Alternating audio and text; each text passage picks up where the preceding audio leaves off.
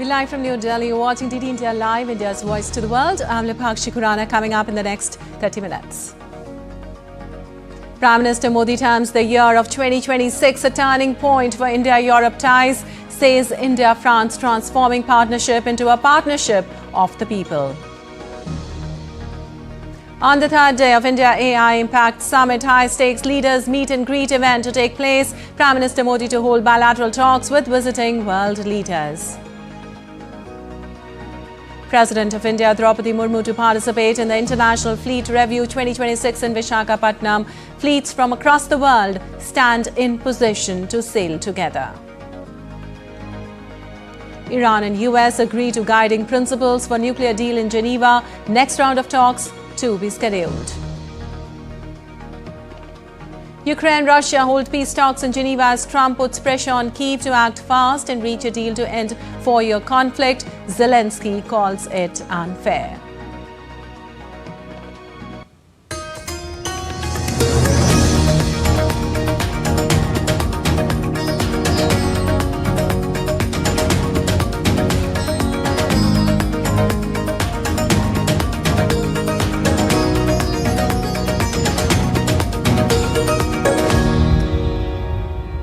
And on to the details now. India and France have elevated their partnership to a new level. The sense was reflected during the meeting between Prime Minister Narendra Modi and French President Emmanuel Macron in Mumbai on Tuesday, where they held wide-ranging talks on issues of mutual and international importance. Later, in a joint statement issued by India and France, mentioned that both sides are upgrading ties to a special global strategic partnership in light of their leadership's aims to not only enhance their economies and security, but work collectively towards addressing challenges in an increasingly uncertain global environment and help build a stable, rules-based international order. On education, Prime Minister Modi and French President reaffirmed their goal of welcoming 30,000 Indian students to France by 2030. The two leaders also welcomed the upcoming visa-free transit facility for Indian nationals through French airports, which will be reviewed after a 6-month pilot period. President Macron invited Prime Minister Modi to participate in the G7 summit in France in 2026. PM Modi welcomed the invitation and reaffirmed India's commitment to global discussions on economic stability, among other things. President Macron condemned the April 2025 Pahalgam terror attack and the November 2025 incident near Red Fort in New Delhi, expressing support for India's right to defend itself. The two leaders also stressed the need for dialogue and diplomacy in conflicts such as Ukraine, developments in Iran, and the situation in Gaza. The two leaders reaffirmed their commitment to a rules-based order in the Indo-Pacific region and beyond. The elevation of the relationship will strengthen cooperation between the two countries in sectors of the future so as to reinforce their sovereignty and decision-making autonomy and to respond together to the major challenges confronting our world, including through cooperation between India and the European Union. Both leaders welcomed the historic summit between India and the EU, during which the negotiations of the India-EU Free Trade Agreement were concluded.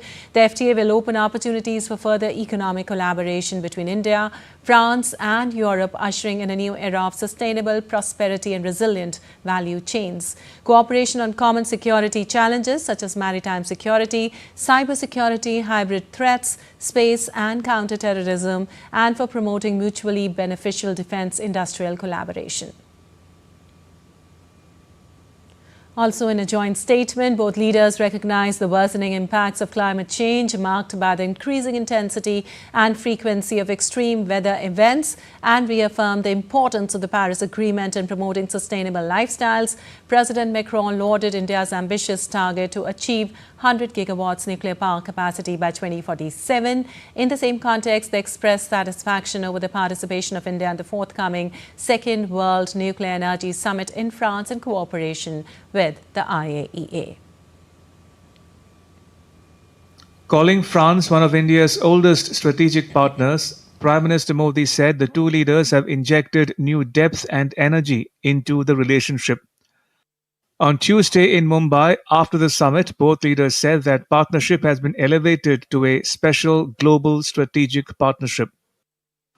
France Bharat के सबसे पुराने strategic partners में से एक है और president macro के साथ मिलकर हमने इस स्ट्रेटेजिक पार्टनरशिप को अभूतपूर्व गहराई और ऊर्जा दी है।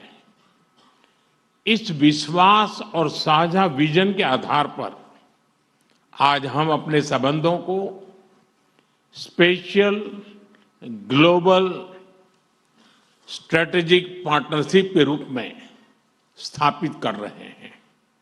ये पार्टनरशिप केवल स्ट्रेटेजिक नहीं है। आज के उथल-पुथल से भरे युग में यह ग्लोबल स्टेबिलिटी और ग्लोबल प्रोग्रेस की पार्टनरशिप है। A major highlight of the summit was the inauguration of the H-125 helicopter assembly line in India. More than 20 agreements were signed covering defense production, innovation, trade, connectivity, and people-to-people ties. The launch of the India-France Year of Innovation aims to transform the strategic partnership into a partnership of the people. New joint innovation centers will be established. Startups and MSMEs will be connected. Both sides announced cooperation in critical minerals, biotechnology, and advanced materials. On the global stage, French President Emmanuel Macron stressed that the India-France partnership is rooted in trust and democratic values. The bilateral relationship between India and France is truly remarkable and unique. This relationship is one of trust, openness, and ambition. We have also decided today to elevate this partnership to a special strategic partnership, granting it a new status. There is no doubt about that because we have complete faith in this relationship and we have been doing so for the past 8 years. India will soon open a Swami Vivekananda Cultural Center in France, further strengthening the people-to-people bonds. Akhilesh Suman's report for DD India from Mumbai. Well, Prime Minister Modi and President Macron jointly inaugurated the India-France Year of Innovation. This initiative will galvanize joint efforts focused on deepening talent mobility, startup collaboration and high-impact innovation with year-round engagements across both countries to turn shared ideas into action. Now, the leaders also launched an India-France Innovation Network, which will bring together businesses, startups, innovators, academia and research institutions of the two countries. Well, addressing the forum, Prime Minister Modi said that India is home to more than 120 unicorns and that now the nation is among the third largest startup ecosystems. Startup India programme से एक दशक में ही भारत दुनिया का तीसरा सबसे बड़ा startup ecosystem बन चुका है। 2014 में भारत में जहां सिर्फ 4 यूनिकॉर्न थे, आज भारत में 120 से अधिक यूनिकॉर्न्स हैं। इनकी टोटल वैल्यू $350 बिलियन से अधिक या लगभग 300 बिलियन यूरो है। आज दुनिया की करीब करीब हर बड़ी टेक्नोलॉजी कंपनी भारत के स्टार्टअप, भारत के इनोवेशन से किसी न किसी रूप में जुड़ी हुई है। Addressing the forum, President Macron said that India not just participates in global innovation, rather leads it. He also outlined 3 ambitions on innovation for this year. 3 ambitions for 2026.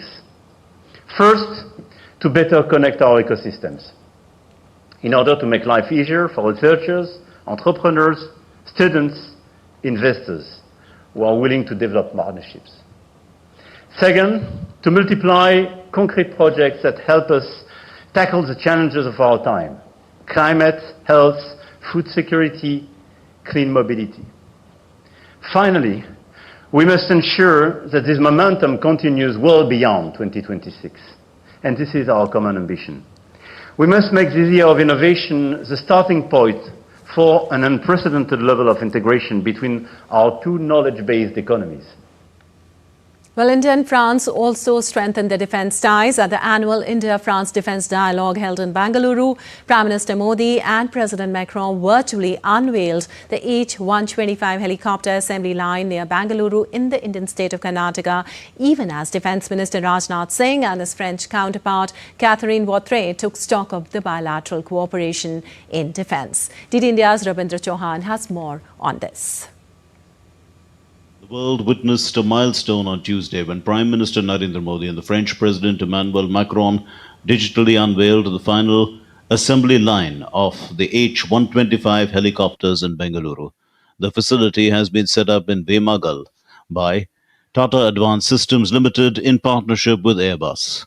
The milestone was achieved during the 6th India-France Annual Defence Dialogue, which was co-chaired by Defence Minister Rajnath Singh and France's Minister of the Armed Forces and Veterans Affairs, Catherine Vautrin, in Bengaluru on Tuesday. The meeting reviewed the full spectrum of bilateral defence cooperation with a focus on expanding industrial collaboration. Addressing the dialogue, Rajnath Singh lauded the private sector's growing role in defence production and highlighted key reforms, including the establishment of defence industrial corridors. Historically, Indian defence production was largely public sector oriented due to various reasons like requirement of high capital investment and long gestation period. As a result, the contribution of private sector in total defence production and export was less than desirable. However, with a number of reforms like corporatization of ordnance factories, liberalized investment schemes, establishment of the defence industrial corridors, and many such steps, today the share of private sector in total defence production stands at almost a quarter of all defence production in the country. Catherine Vautrin said the achievement reflects the deep India-France strategic partnership, shared priorities and mutual trust. These achievements show the depth of the India-France strategic partnership. It demonstrates how France's technological capability and India's industrial strength can come together to boost India's Make India in India program in aerospace and defense. This project, India's very first private sector helicopter assembly line, it's a concrete expression of trust, shared priorities, and a forward-looking and ambitious relationship. Meanwhile, the private sector final assembly line, inaugurated jointly by Prime Minister Modi and President Macron, will manufacture the Airbus H-125 helicopters in India, boosting the rotorcraft market in South Asia. The Made in India H-125 will support civil and para-public sectors and meet the Indian Armed Forces' requirements for light multi-role helicopters, especially in Himalayan regions. Defence remains a key pillar of India-France relations. The partnership was further strengthened through high-level exchanges, including PM Modi's participation as guest of honour at France's Bastille Day parade in 2023 and President Macron's visit as chief guest at India's Republic Day parade in 2024. Rabindra Chauhan's report, DD India. Meanwhile, today on the day 3 of the India AI Impact Summit 2026, Prime Minister Narendra Modi will hold the high-stakes leaders meet and greet, during which he will meet heads of state including those from Spain, Finland, Serbia, Croatia, Estonia, Bhutan and Kazakhstan. The aim is to strengthen bilateral ties, discuss ethical AI governance and foster technological collaboration. Well, the AI Summit witnesses a gathering of 20 heads of state, global tech CEOs and policymakers. Meanwhile, heads of state continue to arrive in New Delhi to attend the India AI Impact Summit. Spanish President Pedro Sanchez arrived in Delhi this morning. The visit of President Sanchez will add further impetus to the ongoing celebrations of India-Spain dual year of culture, tourism and AI.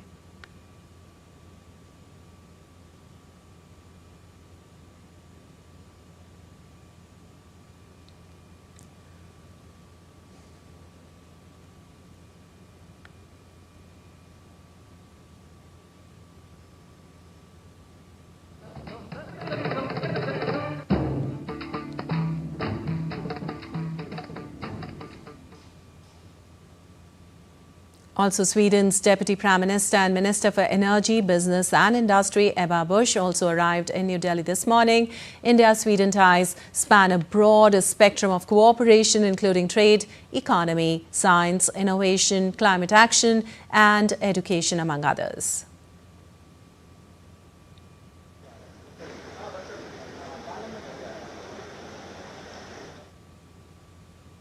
Earlier, Prime Minister of Finland, Petteri Orpo, also arrived in New Delhi this morning. The visit will further cement the diverse bilateral partnership with a focus on digital and AI, sustainability and education sectors.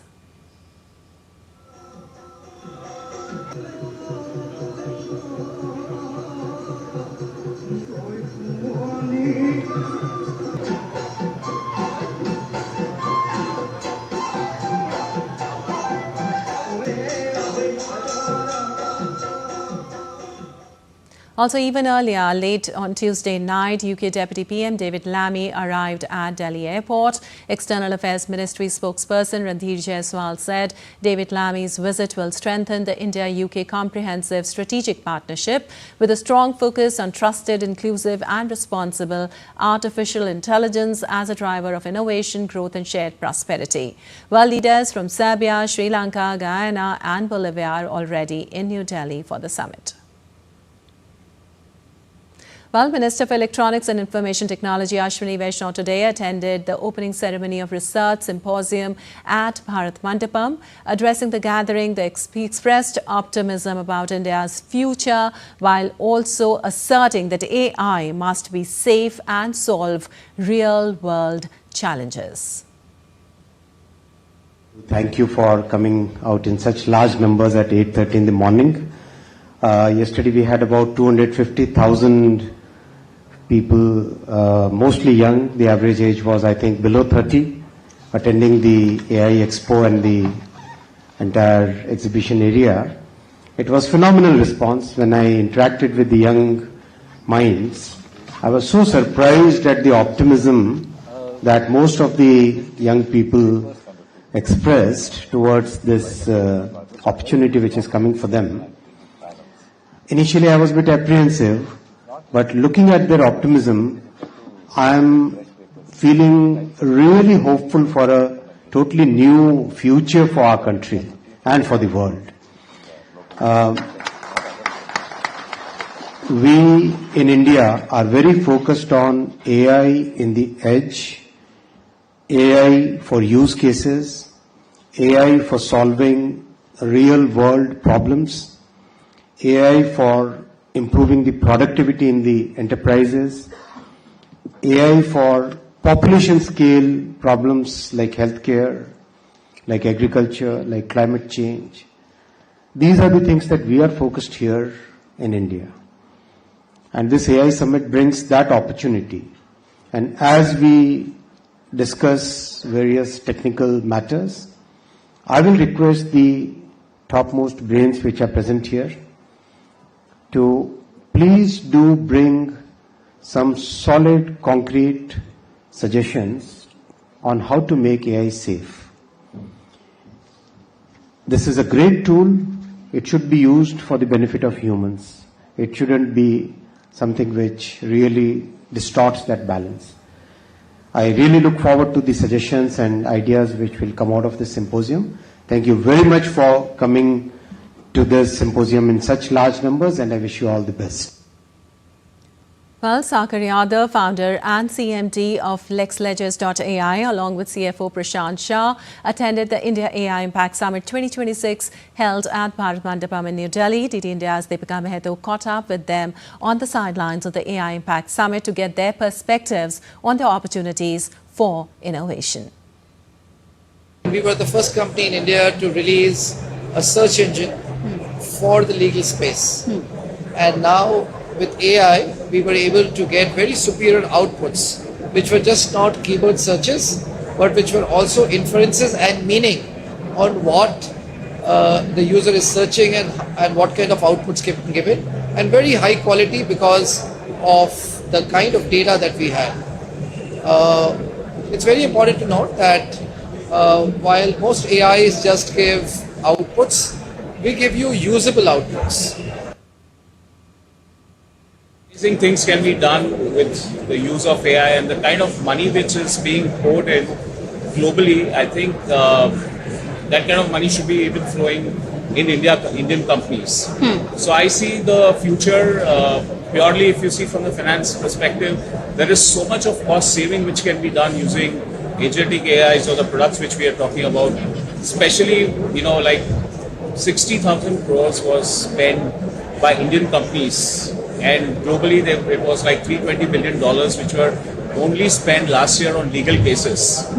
Now, if cut to a legal AI company like LexLeg is, we would be saving almost 60% of that cost.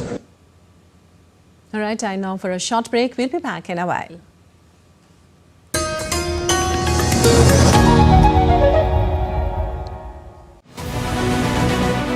On defense dynamics, is Europe witnessing a nuclear shift? From Paris to Berlin, France and Germany talk on shared deterrence, what it means for NATO's strategic future. India's rupees 3.6 lakh crore defense modernization push is the biggest capability leap in decades. We explain why the DAC's green signal for force multipliers like Rafale fighters and P-8I deal could redefine air superiority and maritime dominance. And a worrying surge in cyber espionage targeting defense sector workers, who's behind it and why now.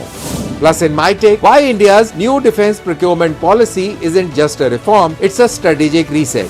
For all this and much more, tune in this Wednesday at 8 p.m. IST only on DD India.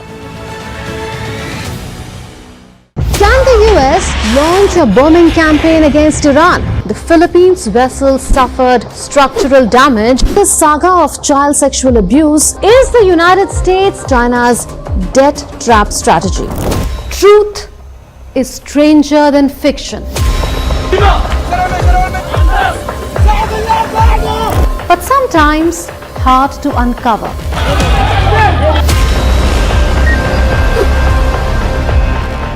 Trust us to tell the truth, unadulterated and pure, of every story that matters to you.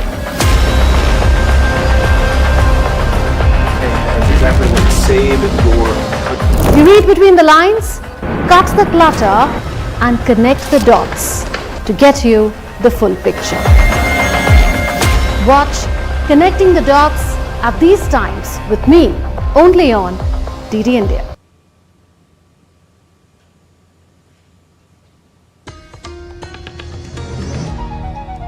Welcome back. You're watching DD India Live. I'm Lipakshi Khurana. And moving on, the second round of indirect nuclear talks between Iran and the United States concluded in Geneva on Tuesday, with new talks to be scheduled. The negotiations held at Oman's embassy in the Swiss city were mediated by Omani Foreign Minister Badr al-Busaidi said that the talks concluded with good progress towards identifying common goals and relevant technical issues.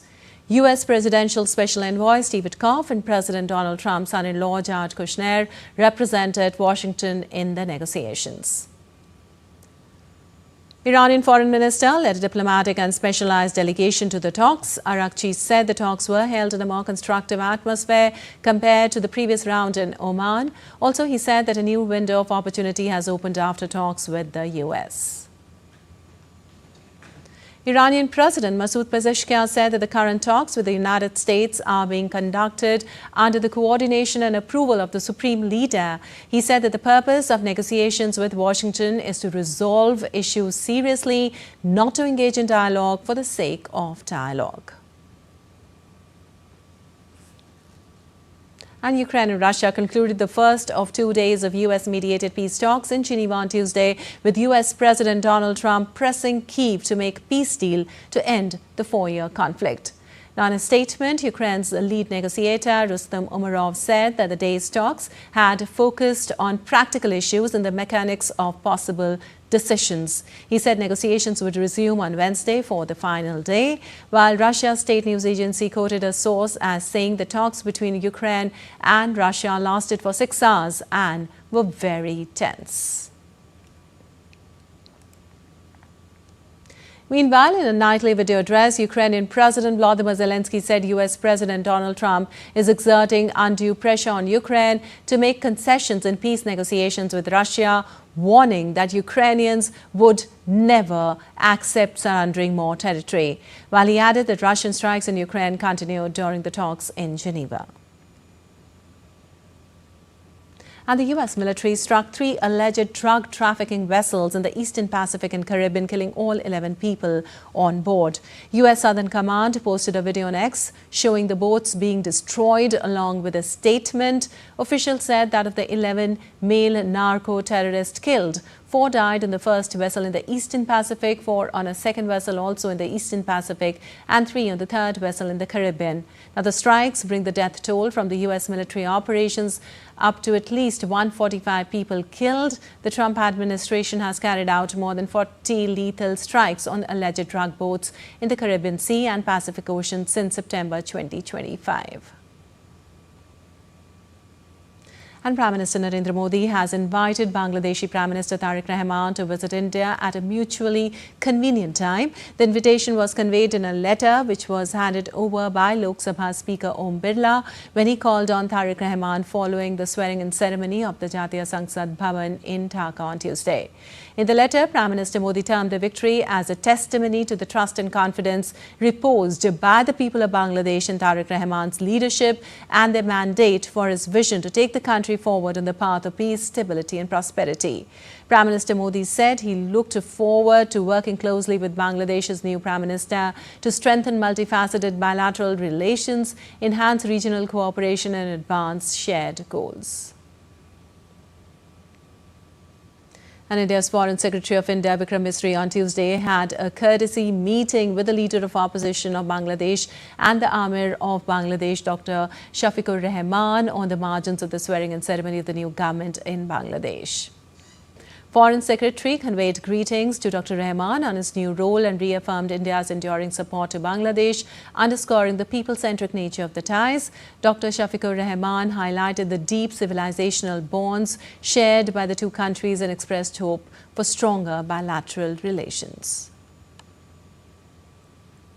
And India's energy Maharatna Bharat Petroleum has achieved a bold stride in offshore engineering, reflecting India's growing Atmanirbharta or self-reliance in fuel logistics in the journey towards energy self-sufficiency under the visionary leadership of Prime Minister Modi.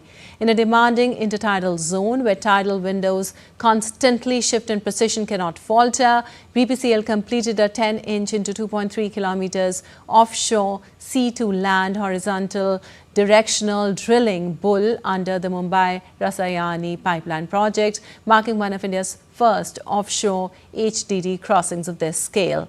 Minister Hardeep Puri said the achievement reflects India's PSU's commitment. It reflects the energy PSU's commitment to advancing technical capability, enhancing infrastructure resilience as well. And now let's take you live across to Visakhapatnam, where President Draupadi Murmu is participating in the International Fleet Review 2026.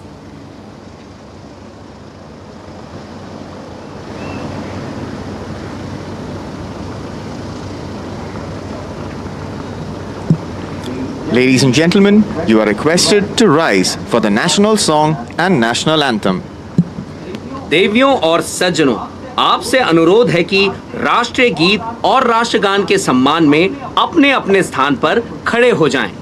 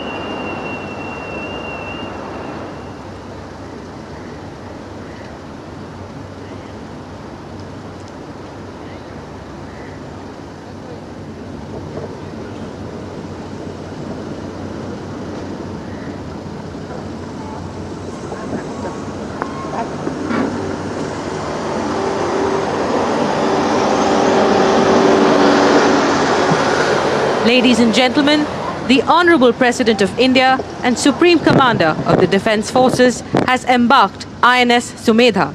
Shortly, the presidential yacht shall cast off.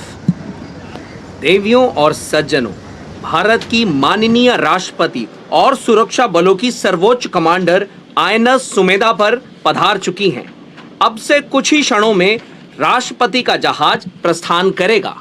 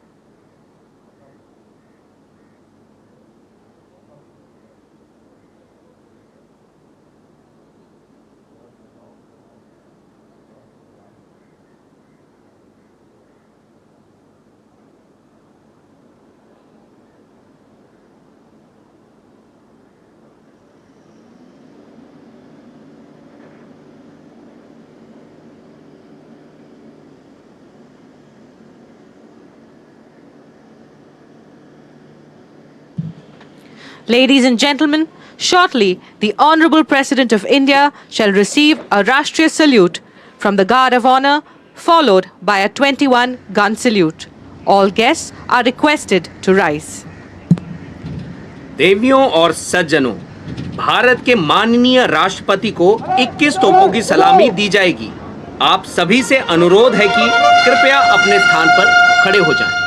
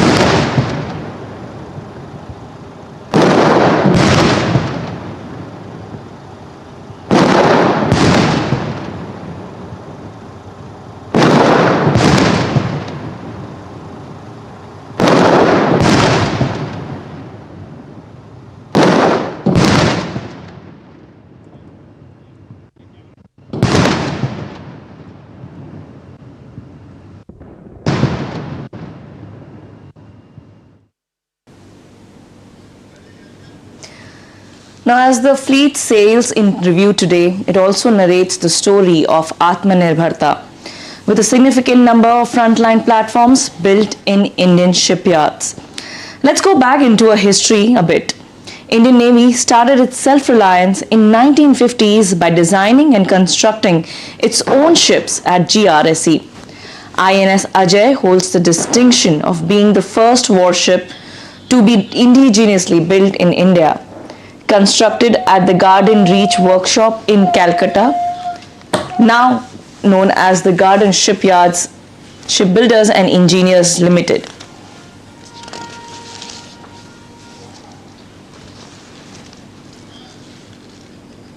India's long journey towards indigenization and indigenous shipbuilding traces its origins to pre-independence era. This pioneering shipyard, which has made several ships for India, today is known as the Hindustan Shipyard Limited. Following independence, the Government of India acquired 2/3 of the company's holdings and formally incorporating Hindustan Shipyard Limited on 21st January that year. In view of the nation's ever-evolving strategic requirements, the shipyard was later brought under the administrative control of the Ministry of Defence in Feb 2010, further strengthening its role in India's maritime security architecture. Over the decades, Hindustan Shipyard Limited has built more than 200 vessels and undertaken refits of over 2,000 ships of various categories. Significantly, it remains the only shipyard in India to have refitted 3 different classes of submarines, including the Egyptian Navy submarines, the Foxtrot class submarine INS Wagli, and the EKM class submarines INS Sindhukirti and INS Sindhuveer of the Indian Navy. We were also talking about how India's rise as the shipbuilding nation is rooted in legacy that began even before independence. India's journey towards indigenous shipbuilding traces its origins to the pre-independence era.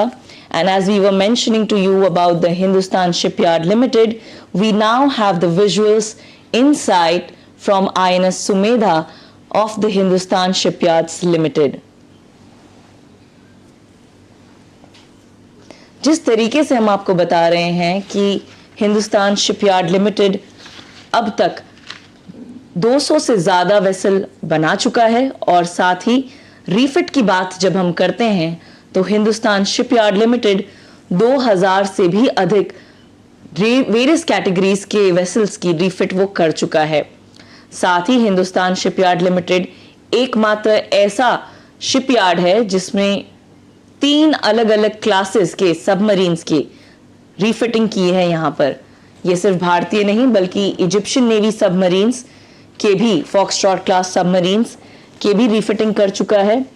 साथ ही ईकेएम class submarines की जब हम बात कर रहे हैं तो इसमें आईएनएस सिंधु कीर्ति, आईएनएस सिंधु वीर, इंडियन नेवी के वो भी यहाँ पर रीफिटिंग हो चुके हैं।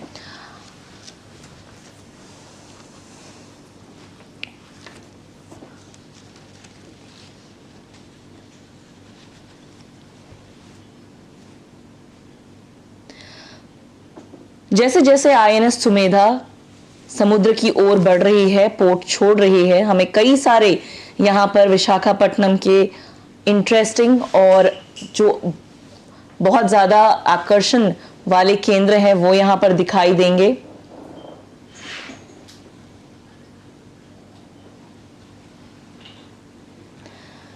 अगर आप देखें तो अभी हमें जो स्क्रीन पर दिखाई दे रहा है वो है Ross hill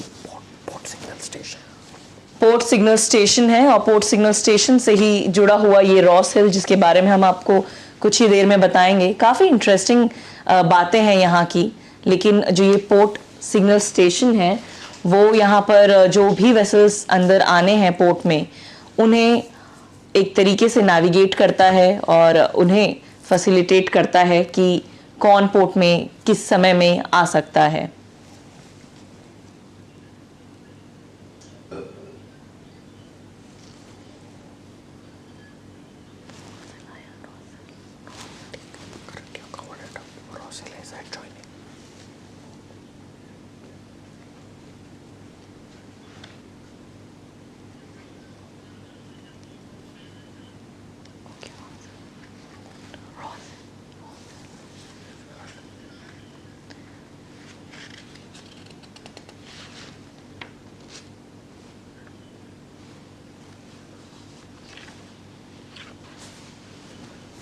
These are very spectacular visuals and we have M. Durai Babu with us.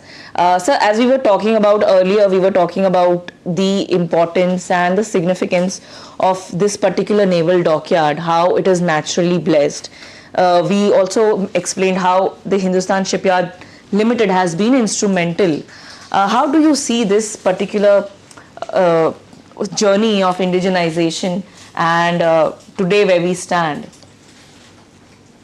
See, the Navy is a very technology-reliant force with state-of-art weapons, sensors, propulsion and power generation systems. And technology is an ever-growing facet. Her bar change होता रहता है. The armed forces and also the nation has to be self-reliant, Atmanirbhar, right, for the country to grow and the forces to make sure we are not dependent on somebody else during times of crisis. The Indian Navy, as you said, has been self-reliant since the 50s. First warship built in India was a small seaward defense boat, INS Ajay. It was a small start and today we are where we are. The Navy established a warship design bureau to design and manufacture various components that go into shipbuilding. The first milestone was achieved when we commissioned the earlier avatar of INS Nilgiri in 1976, India's first designed and constructed warship in Musgon docks. Yeah. So we were explaining to our viewers about the Ross Hill and the attractions in Vishakhapatnam. So Ross Hill is a very interesting place over here, and as we are seeing right now, we are seeing the Venkateshwara temple over here. What we are also seeing is behind the Venkateswara temple is also the Ross Hill Church. Alongside in another place, another top, we will also see Baba Ishaq's Dargah over there. So we can say that this is a place where inclusivity is majorly signified. So I'll just explain how Ross Hill stands as the unique symbol of India's enduring spirit of religious harmony. This scenic hill complex offers breathtaking panoramic views of the harbour and also of the vast Bay of Bengal. It draws visitors seeking both serenity and natural beauty. So now we are also seeing International Cruise Terminal in our site. Sir, this time around International Cruise Terminal has been, very instrumental for IFARC, right? That's right. The International Cruise Terminal, which is part of the Visakhapatnam Port Trust, is also being used as a landing point for all the ships which are at anchorage. So as I said, there are about 70 odd ships which are there. Yeah. And they are all coming and landing here and being welcomed here for proceeding to various events. So we are talking about international vessels as well. How many are there? And since this is a mega event, 71 ships we are saying in total, how many of the international fleets ships are here? So we have about 19 warships from friendly foreign countries which have come and are participating in the International Fleet Review.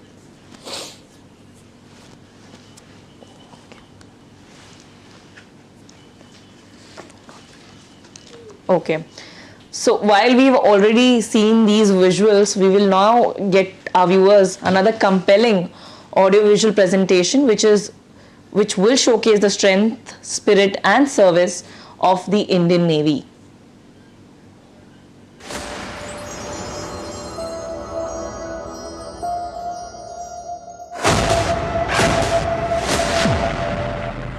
Conquering the seas.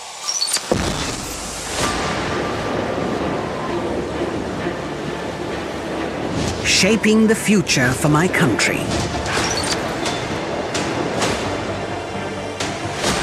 Rising to quell the unforeseen.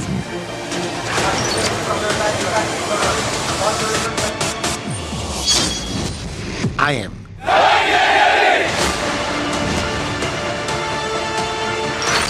Combat ready. Credible. Cohesive. And a future-proof force.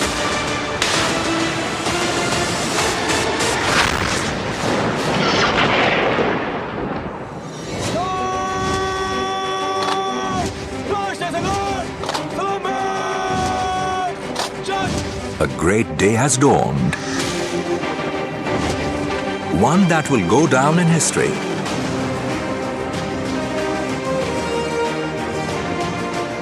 For I have taken great strides towards becoming Atmanirbhar, self-reliant.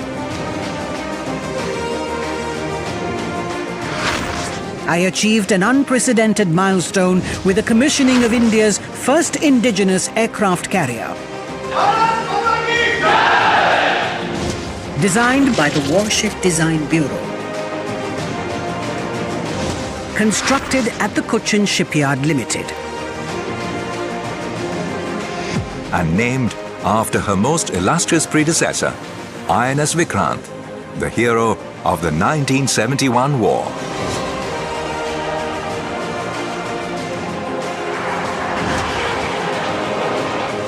The INS Vikrant proudly unfurled the new naval ensign, signaling the Indian Navy's break with its colonial legacy. My Blue Water Navy credentials are significantly enhanced with the reborn INS Vikrant, adding mobility, force projection, and multi-dimensional capability to my quiver. A watershed that completes my transformation from a buyer's to a builder's navy.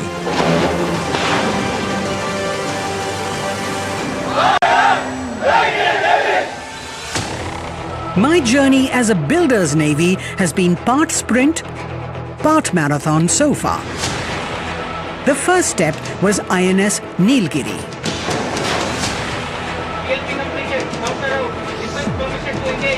Now the pace of my growing fleet has increased. More than 130 ships,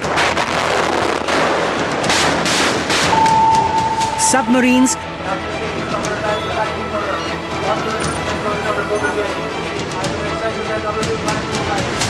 240 aircraft, maintaining a credible defense to ward off hostile misadventures. 45 ships and submarines are at various stages of construction. Indigenization has increased to 75%. And reinvestments in the economy now amount to 60%.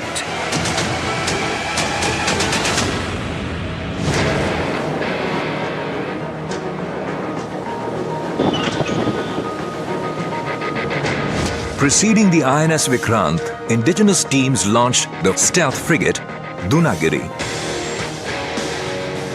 The ship has advanced weapons, sensors and platform management systems.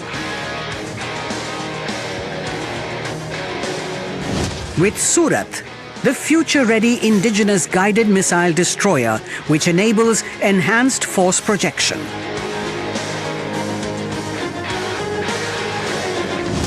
And Udaigiri, India's second indigenous stealth frigate, is amongst the most technologically advanced missile platforms in the world. And also Vagshir, the 6th Kalvari-class submarine, adding stealth to my steel, enhancing my self-reliance. I also commissioned 3 aircraft squadrons. The INAS 324 Kestrels, the first advanced light helicopter squadron on the eastern seaboard.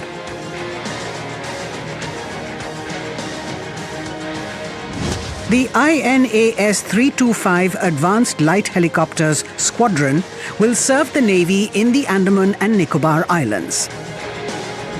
And the INAS 316, the Condors of the mighty versatile P-8I, one of the most potent long-range maritime reconnaissance platforms in today's world. Swavalamban, the maiden seminar by Naval Innovation and Indigenization Organization, fostered a new chapter in self-reliance. Atmanirbharta is also about investing in the nation's talent. Something I've always been in the forefront of.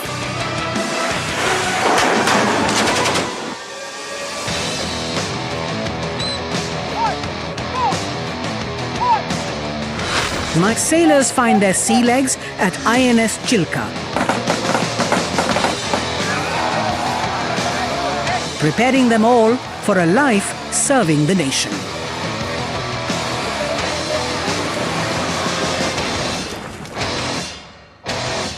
My officers continue to train at the Indian Naval Academy, Erzimala.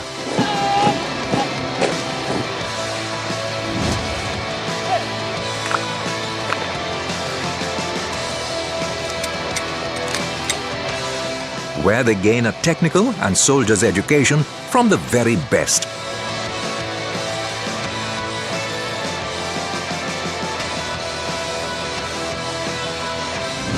I now invite both men and women to join me as Agniveers. Learning the skills that will last a lifetime.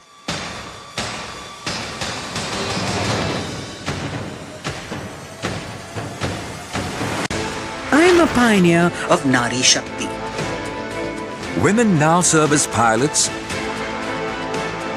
air operations officers in the helicopter stream.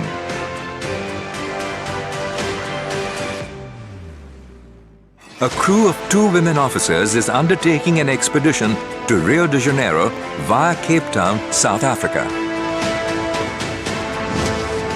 an all-woman air crew completed a historic independent surveillance mission. Women are now increasingly assigned to combat roles. The greater का प्रदर्शन है. What you see now INS on your Sumedha left has now is the reached to the starting point of the International Fleet Review. We will now see the starting of this.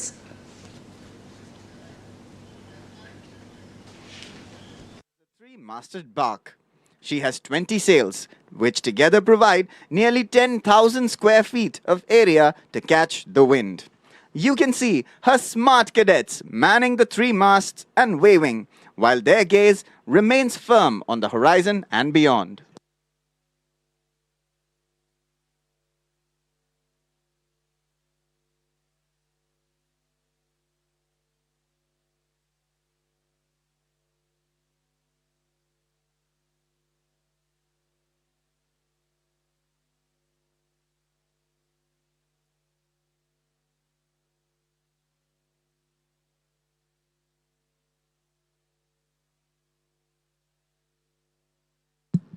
देवियों और सज्जनों, तरंगिणी ने दुनिया भर में कई toll ship स्पर्धाएं जीती हैं और कैडेट्स को साहसी ऑफिसर्स में बदलने में महत्वपूर्ण भूमिका निभाई है. गोवा शिपयार्ड लिमिटेड द्वारा निर्मित इस पोत को 1997 में कमीशन किया गया था. आप इसके चुस्त कैडेट्स को तीनों मास्ट पर तैनात हाथ हिलाकर अभिवादन करता हुआ देख सकते हैं, जबकि उनकी दृष्टि क्षितिज के पार टिकी है.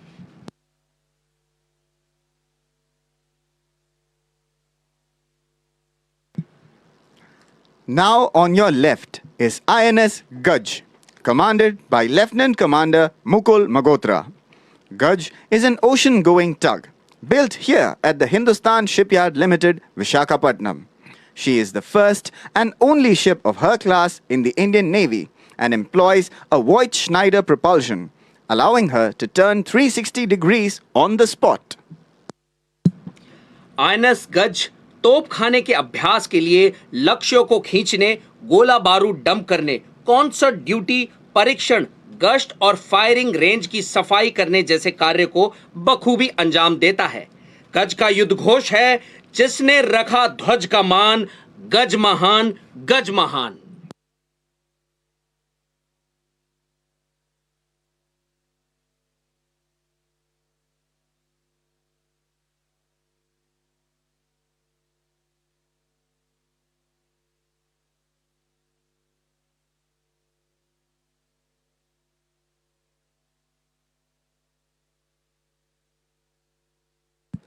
Coming up next, on your right, is the lead ship of the shallow water anti-submarine warfare craft INS Arnala, commanded by Commander Ankit Grover. INS Arnala का आदर्श वाक्य है, अर्णवे शौर्यम, अर्थात समुद्र में शूरता.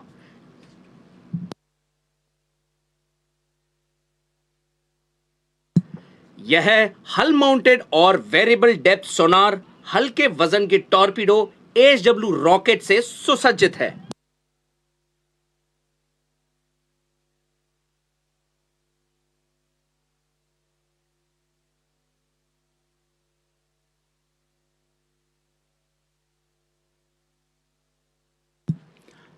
Coming up on your left with pennant number Alpha 61 is a catamaran-hulled torpedo launch and recovery vessel, Indian naval ship Astradharini, presently commanded by Lieutenant Commander Anurag Daima. INS अस्त्रधारिणी को नौसेना विज्ञान तकनीकी प्रयोगशाला NSTL गुजरात के शॉफ्ट शिपयार्ड और IIT Kharagpur ने संयुक्त रूप से डिजाइन किया है.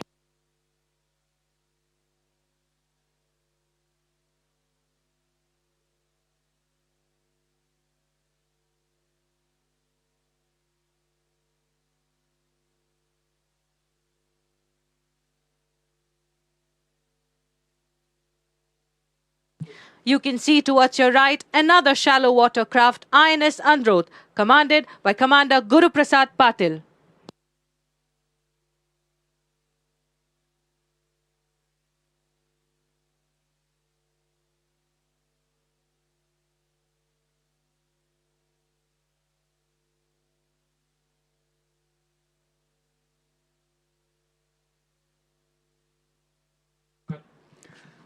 Yet another catamaran-hulled vessel that you see on your left is INS Makar, presently commanded by Commander Madhusudana Rao Maradana. Makar is the first and only hydrographic vessel of its kind inducted into the Indian Navy. INS मकर आधुनिक hydrographic और महासागरीय सर्वेक्षण प्रणालियों से सक्षम है।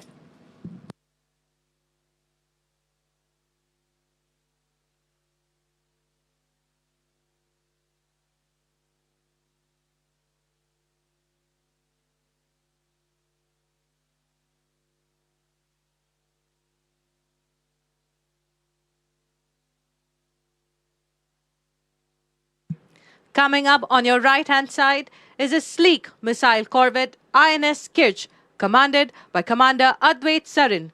The ship proudly sails under the motto, Sword to Victory, embodying its lethal capability and swift response doctrine. लगभग 130 नौसैनिकों से तैनात आइएनएस किर्च अपनी एंटी शिप क्षमताओं के लिए जाना जाता है।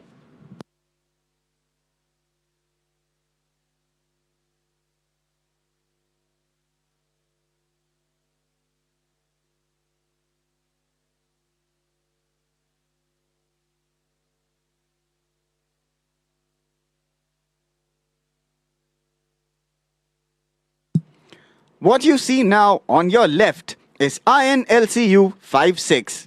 Commissioned in 2019, she is commanded by Lieutenant Commander Abhinash Patra. INS LCU 56 का युद्ध घोष है, समुद्र हो या सतह, 56 करे फतेह।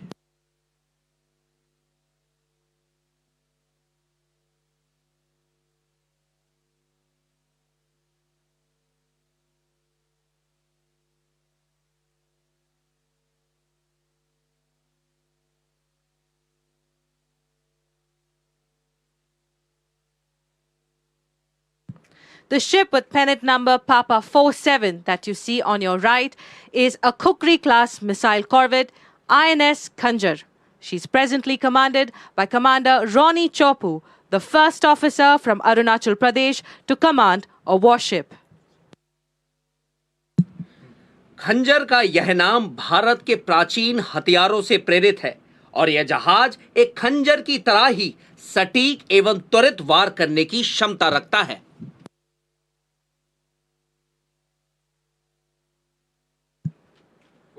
She is affiliated with both Indian Army and Indian Air Force units.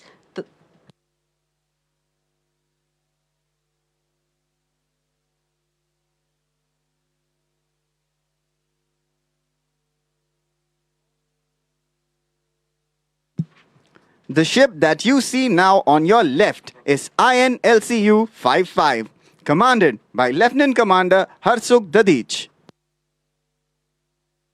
LCU 55 का युद्ध घोष है, करने को प्रहार, 55 सदैव तैयार।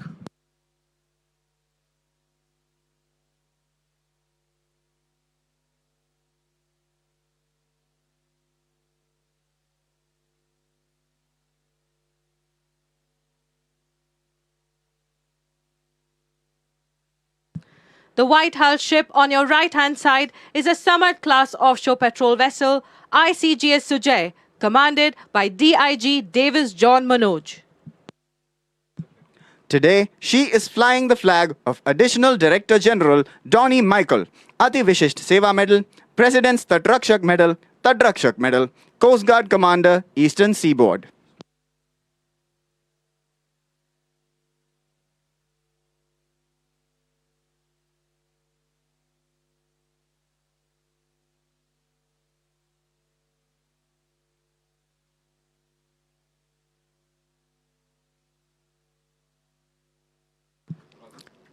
On your left is Indian naval ship Tarmugli, commanded by Lieutenant Commander Gaganjeet Mahajani.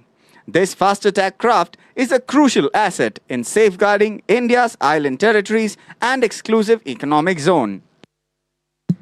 यह जहाज भारत के द्वीपीय क्षेत्रों की सुरक्षा, रणनीतिक जलमार्गों की पेट्रोलिंग और देश के तटीय और समुद्री क्षेत्रों में सुरक्षा सुनिश्चित करने में महत्वपूर्ण भूमिका निभा चुका है।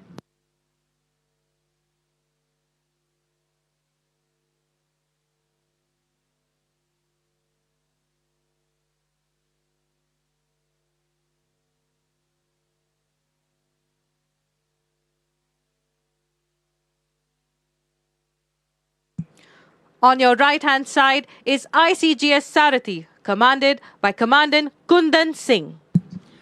ICGS सारथी का नारा है, हार नहीं मानती सारथी सारथी। लगभग 3,000 टन के विस्थापन और 23 नॉट्स की गति वाले यह आधुनिक ऑफशोर पेट्रोल वेसल समुद्री क्षेत्र में सुरक्षा, संरक्षा और पर्यावरण संरक्षण के प्रति भारतीय तटरक्षक बल की प्रतिबद्धता को दर्शाते हैं।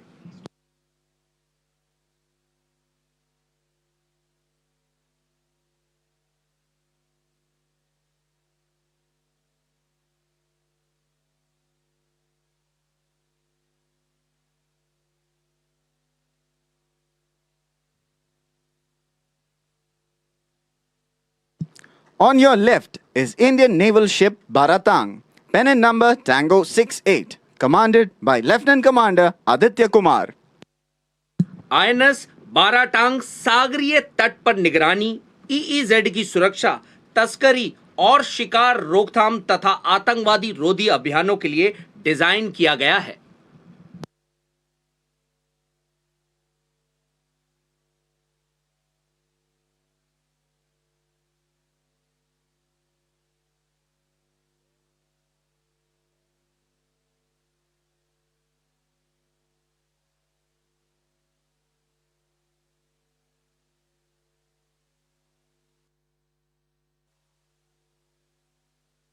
Next on your right is Indian Coast Guard ship Veera, commanded by Commandant Nauram Phanindro Singh. Commissioned in 2019, she's the third in a series of 7 next-generation offshore patrol vessels built by L&T Shipbuilding in India. ICGS वीरा के आदर्श वाक्य हैं, सतेषु जयते वीरा, अर्थात सत्य और धर्म के साथ खड़ा वीर ही विजयी होता है।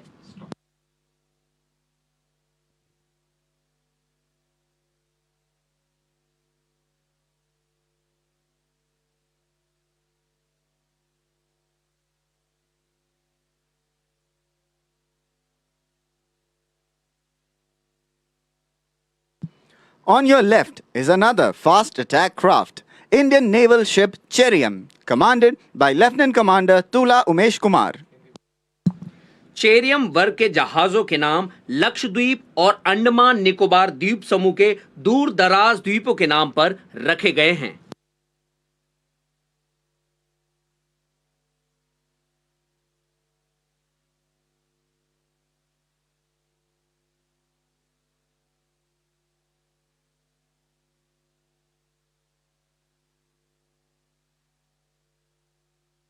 On your right-hand side is Sri Lankan naval ship Nandi Mitra, a fast missile vessel of the Sri Lanka Navy commanded by Captain KVSL De Silva. It won't be a surprise to find officers and sailors on board this mighty warship who were trained in India, be it the Naval Academy or the professional schools in Kochi. Sri Lanka का अपने देश की सुरक्षा में साझा योगदान दे रहा है।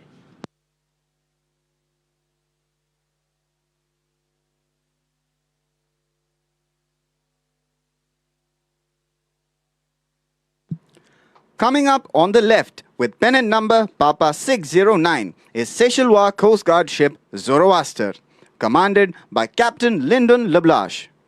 SCGS Zoroaster is a fast patrol vessel from Seychelles, based on India's Rajshri class inshore patrol vessel design, and was built by GRSE Kolkata. Handed over by India in 2021, she is optimized for anti-smuggling, fisheries protection, search and rescue, and EEZ patrol duties. Bharat द्वारा सौंपा गया यह जहाज दो देशों की मित्रता का एक साझा उदाहरण है।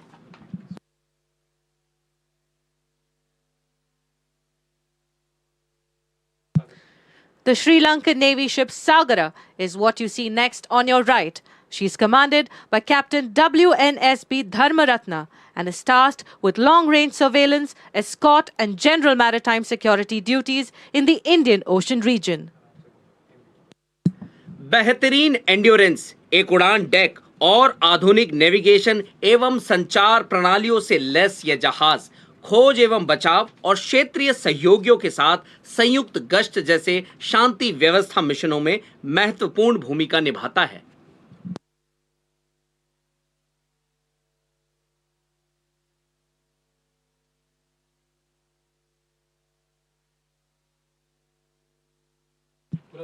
The ship that you see on your left is Maldivian Coast Guard ship Huravi, commanded by Lieutenant Colonel Ahmed Nafiu Mohammed. Maldives तटरक्षक बल का यह गश्ती पोत है, जिसे मूल रूप से भारत में ट्रिंकट श्रेणी के गश्ती जहाज आईएनएस तेलंगचांग के रूप में बनाया गया था और यह दोनों देशों के उम्दा संबंधों का एक प्रतीक भी है। She performs EEZ patrol, anti-smuggling, anti-piracy and search and rescue missions and is optimized for coastal security in the Maldivian littorals.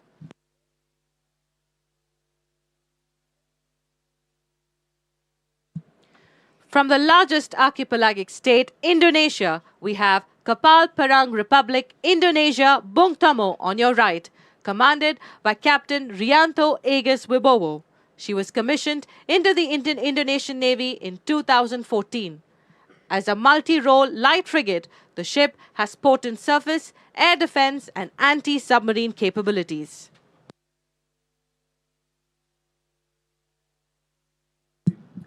Indonesia का यह जहाज अपनी विविध भूमिकाओं के लिए जल, थल और आकाश में सक्षम आधुनिक हथियारों से लैस है।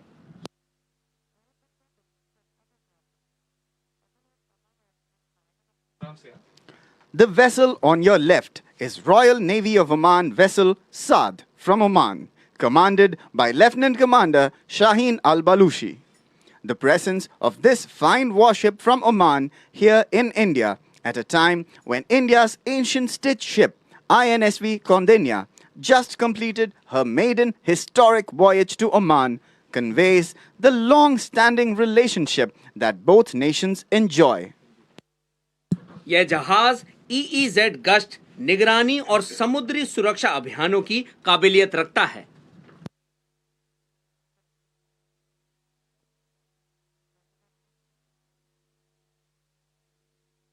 With pennant number 551, the offshore patrol vessel on your right is His Thai Majesty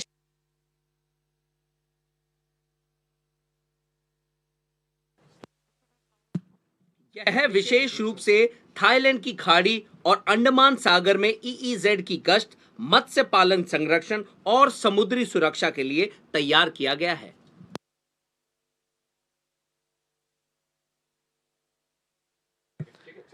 An offshore patrol vessel of the Royal Thai Navy, she is optimized for EEZ patrol, fisheries protection and maritime security in the Gulf of Thailand and Andaman Sea.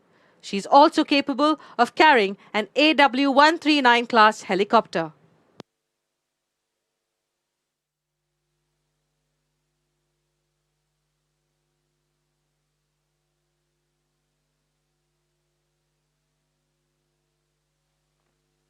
Coming up with pennant number 75 on your right-hand side is the Islamic Republic of Iran ship Dena, commanded by Commander Abuzar Zareh. She's a Moj-class frigate of the Islamic Republic of Iran Navy, commissioned in June 2021 and named after the iconic Mount Dena.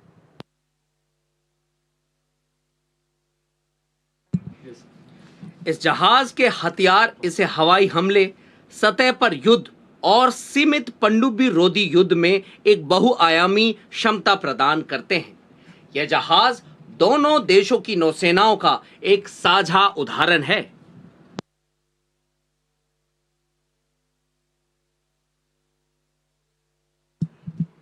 An interesting fact regarding the name of IRIS Dena.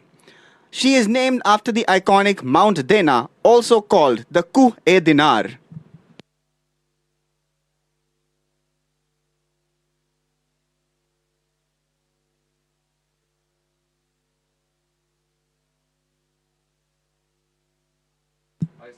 With that, ladies and gentlemen, we come to the end of the first leg, during which 2 columns of anchored vessels were reviewed by the President of India. देवियों और सज्जनों, इसी के साथ प्रथम चरण का review खत्म हुआ। As you would have noticed, in the case of Indian warships, every name tells a story of geography, history, valor, or seaborne purpose. And for those aboard these proud vessels, that name, the crest, the motto, and the war cry becomes both a banner and a mission statement.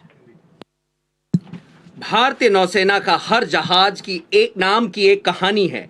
भूगोल, इतिहास, वीरता या समुद्री उद्देश्य की, और उन लोगों के लिए जो इन गर्वित जहाजों पर सवार हैं। वह नाम, वह क्रस्ट, वह आदर्श वाक्य और युद्ध घोष एक पहचान और एक मकसद दोनों बन जाते हैं।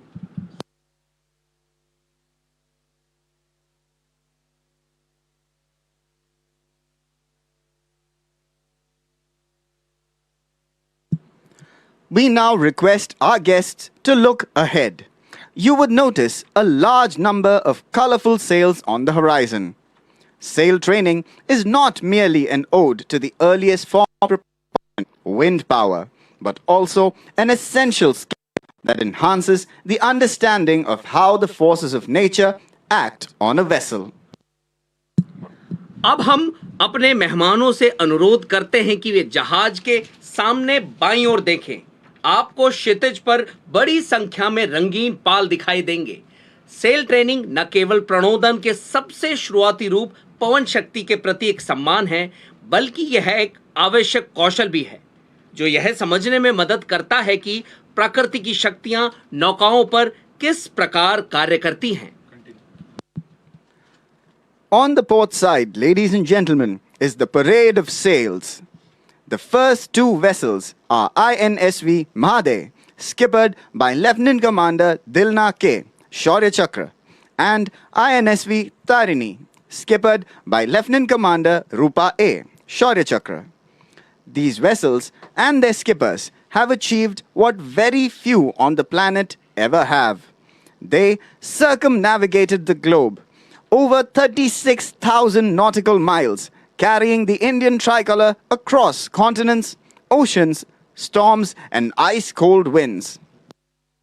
देवियों और सज्जनों, बाईं ओर आप देख रहे हैं परेड ऑफ सेल। पहली दो नौकाएं आईएनएसवी मादई, जिन्हें लेफ्टिनेंट कमांडर दिलना के शौर्य चक्रा संचालित कर रही हैं, और आईएनएसवी तारिणी, जिनकी स्कीपर हैं लेफ्टिनेंट कमांडर रूपा ए शौर्य चक्रा। गौर करने की बात है कि इन दोनों नौकाओं और स्किपर्स ने विश्व परिक्रमा की हुई है, और ये नारी शक्ति का सशक्त प्रतिनिधित्व करती हैं और भारतीय नौसेना में महिलाओं की बढ़ती भागीदारी का प्रतीक है। INSV Neelkanth, skippered by Lieutenant Ankit, is proudly hoisting the Indian tricolour sail, signifying command, control, and India's sovereign presence at sea.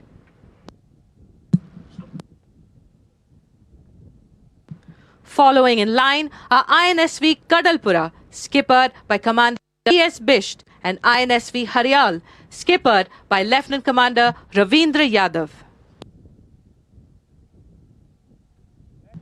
Following them are professional yachtsmen led by Lieutenant Commander P.R. Patil in fast, small sailing craft, along with NCC and SCC cadets and naval sailors proudly carrying tricolour sails, reflecting the seamless integration of experience, training, and youth within India's maritime ecosystem, and one unique way of contributing to nation building by moulding India's younger generation.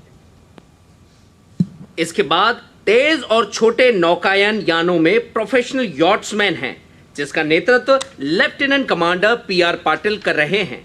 उनके साथ NCC और SCC cadets तथा नौसैनिक भी हैं, जो गर्व से तिरंगा सेल लेकर चल रहे हैं। All right, you were watching live from Visakhapatnam, where President Draupadi Murmu is participating in the International Fleet Review 2026 as the World Navies sail together in a powerful display of unity. The President is reviewing the fleet of 70 ships from India and friendly nations at the review anchorage area of Visakhapatnam. The event showcases maritime strength, cooperation and camaraderie whilst reaffirming sovereign oversight. India has previously hosted IFRs in 2001 at Mumbai and in 2016 at Visakhapatnam. India's International Fleet Review reflects the unstoppable rise of country's global maritime power and enduring global partnerships. Meanwhile, news continues at DD News. Keep watching for more. Namaskar.